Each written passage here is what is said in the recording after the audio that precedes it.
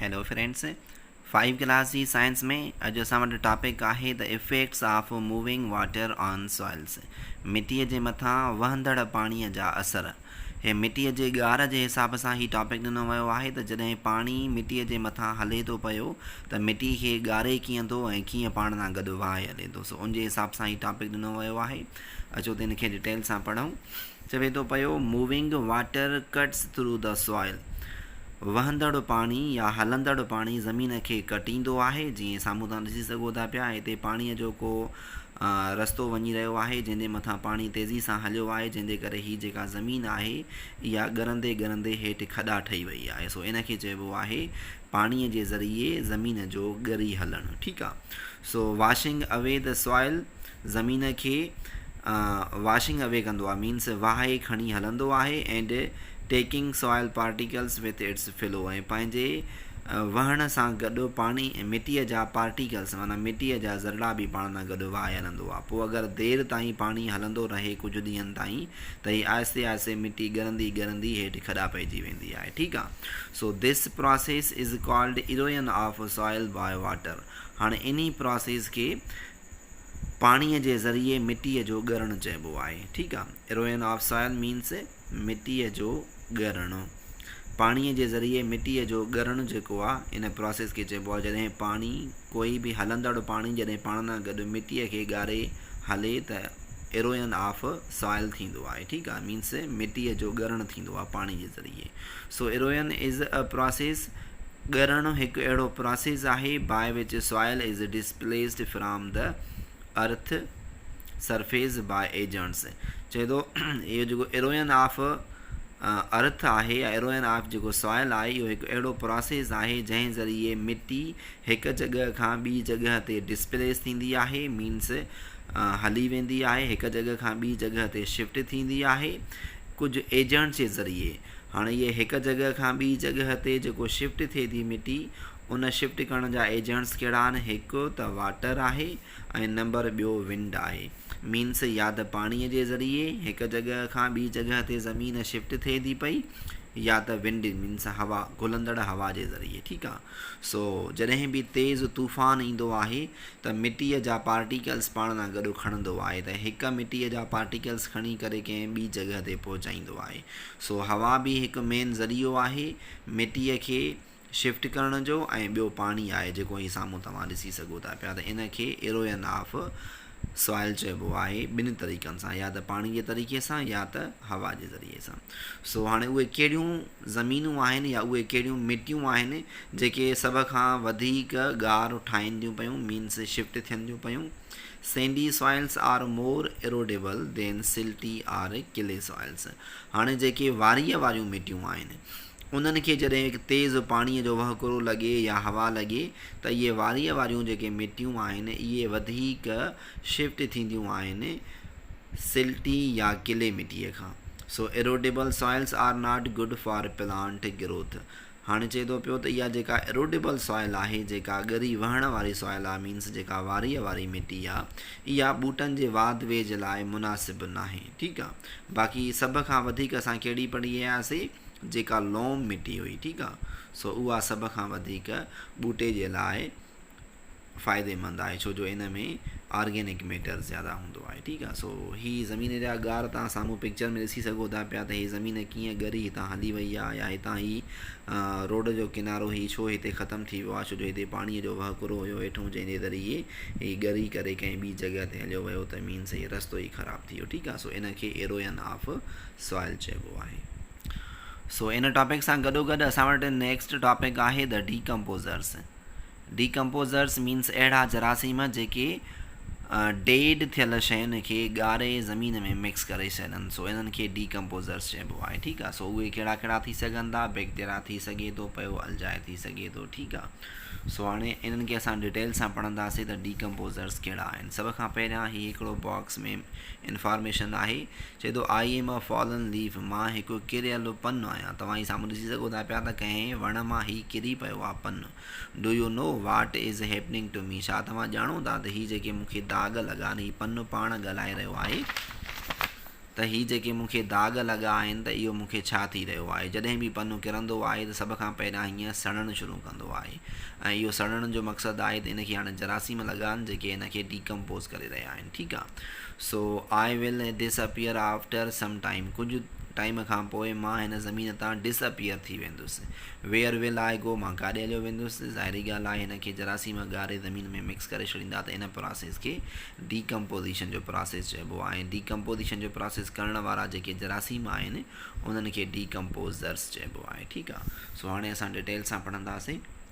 सो अहिड़े हिसाब सां चए थो पियो millions of leaves and twigs fall off the trees, चए थो लखें पन या पननि या वणनि जा छोॾा या किरियल शाखूं जेके आहिनि हेठि ज़मीन तां किरंदियूं आहिनि, हेठि वणनि तां ज़मीन ते किरंदियूं आहिनि। During autumn and many, during autumn means सरव जी मौसम जे दौरान, एंड मैनी एनिमल्स डाई, ऐं केतिरा ई जानवर मरी वेंदा आहिनि।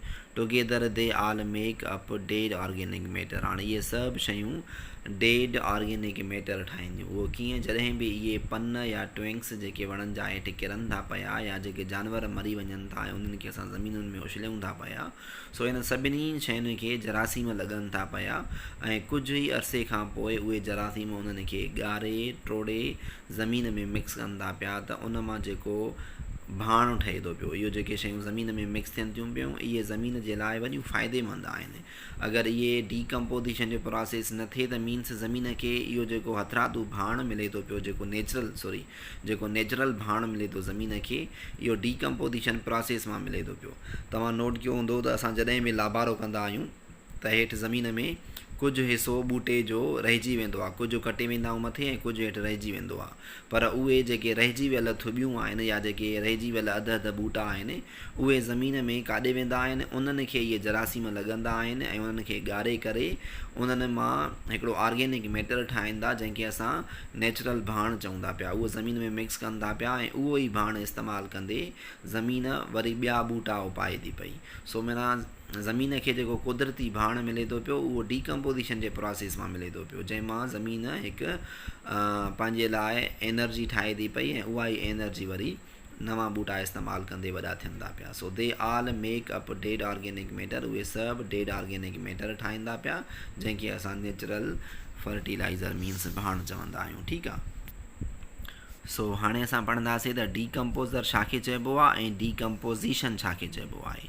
चए थो dead leaves and parts of animals are eaten up by organisms present in soil, चए थो इहे मुअल पन या जानवरनि जा उज़वा are eaten up by organisms, इहे सभु खाधा वेंदा आहिनि हिकु जानदारनि जे ज़रिए प्रेजेंट ऑन सॉइल, जेके ज़मीन में मौजूदु आहिनि। इहे जानदार जेके ज़मीन में मौजूदु आहिनि जिनमें नंढड़ा नंढड़ा जीत शामिल आहिनि जीअं किवलियूं माकोड़ा वग़ैरह, ऐं ॿियो इहे माइक्रो ऑर्गेनिज़म शामिल आहिनि जीअं बैक्टीरिया वग़ैरह। ठीकु आहे। हाणे इहे जेके बि ज़मीनी जानदार आहिनि इहे इन मुअल पननि ऐं मुअल जानवरनि खे ॻारे ख़तमु कनि था पिया। So they undergo a process called decomposition, हाणे इहे मुअल पन ऐं मुअल जानवर हिकु प्रोसेस मां गुज़रनि था जंहिंखे डीकम्पोज़िशन जो प्रोसेस चइबो आहे, मीन्स ॻरण जो प्रोसेस चइबो आहे। सो डीकम्पोज़िशन जी हाणे हिते डेफिनेशन आहे त decomposition is a process, decomposition हिकु अहिड़ो प्रोसेस आहे, हिकु अहिड़ो तरीक़ेकार आहे in which a dead organism or its parts, जंहिंमें हिकु मुअल जानदार या उन जा उज़वा आर ब्रोकन डाउन टोड़िया ख़तमु कया वेंदा आहिनि इनटू सिंपल न्यूट्रिएंट्स, हिकु सिंपल न्यूट्रिएंट्स में इन जानदारनि खे ॻारे ख़तमु करे उन्हनि मां सिंपल न्यूट्रिएंट्स ठाहिया वञनि था जंहिंखे असां फास्फोरस पोटाशियम नाइट्रोजन चऊं, ऐं उहे न्यूट्रिएंट्स वरी ज़मीन इस्तेमालु कंदे नवां ॿूटा उपाए थी पई। सो इन प्रोसेस खे चइबो आहे डीकम्पोज़िशन जो प्रोसेस।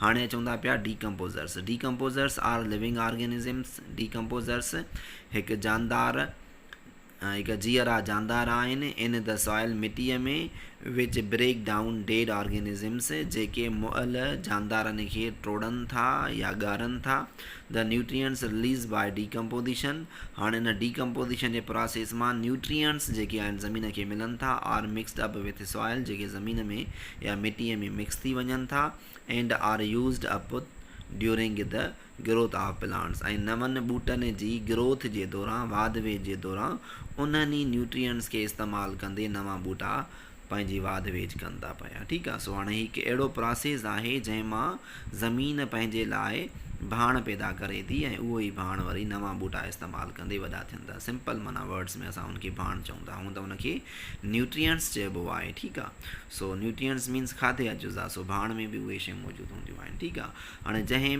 ज़मीन में हद खां वधीक ॿूटा पोखिया वञनि पोइ उन ज़मीन जा पंहिंजा इहे न्यूट्रिएंट्स जेके आहिनि ख़तमु थी वेंदा आहिनि, त पोइ वरी ॿूटे जी ग्रोथ जेका आहे उहा रुकिजी वेंदी आहे। पोइ वरी असां हथरादू उनखे भाण ॾींदा आहियूं, जंहिंखे असां DAP भाण चऊं या ॿियो कोई बि भाण चऊं, ठीकु आहे। सो हथरादू भाण बि ज़मीन खे ॾिनो वेंदो आहे, पर शुरूअ में ज़मीन माना इहो पंहिंजो भाण जेको डीकम्पोज़िशन जे प्रोसेस मां जेको उनखे मिले थो पियो उहो पंहिंजो इस्तेमालु कंदे ॿूटनि खे वधाए थी। पोइ जॾहिं ॿूटा रुकिजनि था पिया त असां उन्हनि खे वरी पंहिंजो आर्टिफिशियल जेको फर्टिलाइज़र आहे, जेको भाण आहे उहो ॾींदा आहियूं, ठीकु आहे, जीअं यूरिया आहे या DAP आहे, ठीकु आहे। So bacteria and fungi are microscopic organisms. हाणे चए थो पियो त उहे डीकम्पोज़र्स कहिड़ा आहिनि।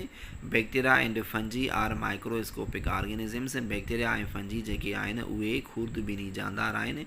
खुर्दबीनी जानदार छाखे चइबो आहे? अहिड़ो जानदार जंहिंखे असां सिर्फ़ु ऐं सिर्फ़ु माइक्रोस्कोप मीन्स खुर्दबीनी जे ज़रिए ॾिसी सघूं, पंहिंजी अखियुनि सां न ॾिसी सघूं, त उनखे माइक्रोस्कोप ऑर्गेनिज़म चइबो आहे।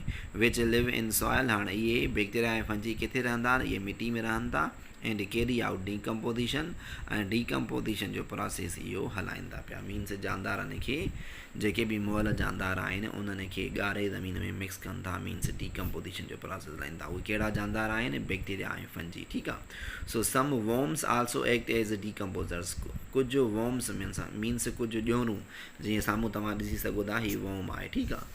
सो कुझु अहिड़ियूं ॼोरूं आहिनि या कुझु अहिड़ियूं वॉर्म्स आहिनि जेके डीकम्पोज़िशन जे प्रोसेस में हिन बैक्टीरिया सां गॾु कमु कनि थियूं। Get their food from decaying living organisms. इहे वॉर्म्स जेके आहिनि इहे बि पंहिंजो खाधो इन ॻरंदड़ जानदारनि मां हासिलु कनि थियूं पियूं, ठीकु आहे। So they return the nutrients back to the soil. ऐं इहे वॉर्म्स बि जेके आहिनि इन मुअल जानवरनि मां न्यूट्रिएंट्स हासिलु करे ज़मीन में मिक्स कनि थियूं। So decomposition is a natural way of recycling nutrients in nature.